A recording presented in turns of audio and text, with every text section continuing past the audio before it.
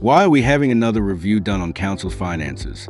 It's an excellent point. You did have a study done back in 2012, which led to the 2015 amalgamations. Yeah. And that study by New South Wales Treasury Corporation said you were moderate. Now, what you've got to understand is that's one rank above weak, and if you were weak, you didn't have a council. You were gone. Okay, you were moderate with a negative outlook. Yeah. And things have happened since then, and the chances are you've moved down to that next ranking. Yeah, for sure. But what we need to do is confirm it with sophisticated information that people can trust. Yeah. What am I going to find? Well, one of the things I'm doing that T Corp never did, I've spent a week.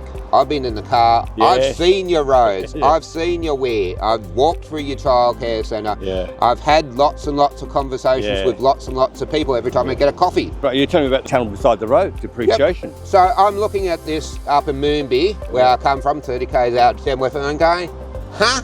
How can you spend so much on your roads? And then I'm driving along the roads and I'm seeing a channel of water next to your roads. Now, you got to understand with roads, what screws them up is when the water gets underneath there and a great big truck goes through and there's no road anymore. And the one thing you need to do is keep water away from your roads. But you've got this Murrumbidgee irrigation channels right next to your roads. Your costs are so much higher than other councils. Your challenges are so much higher than other councils, and people need to understand. We're an irrigated shire. We're not a dry area shire, right? And we've got irrigation channels going right through the whole of the place. So that is extra work for us. Absolutely, an extra expense.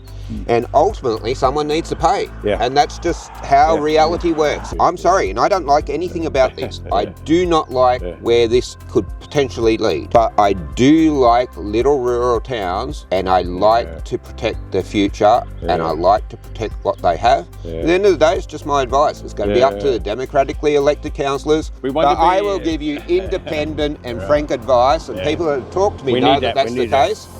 And then it's over to you. We want to be independent. We want to be our own town. We don't want to be amalgamated into a bigger place altogether, you know? We're very unique. We've got something here which is something we're fighting for and to enjoy, you know? Haven't we got qualified accountants and financial planners employed by council? Excellent question.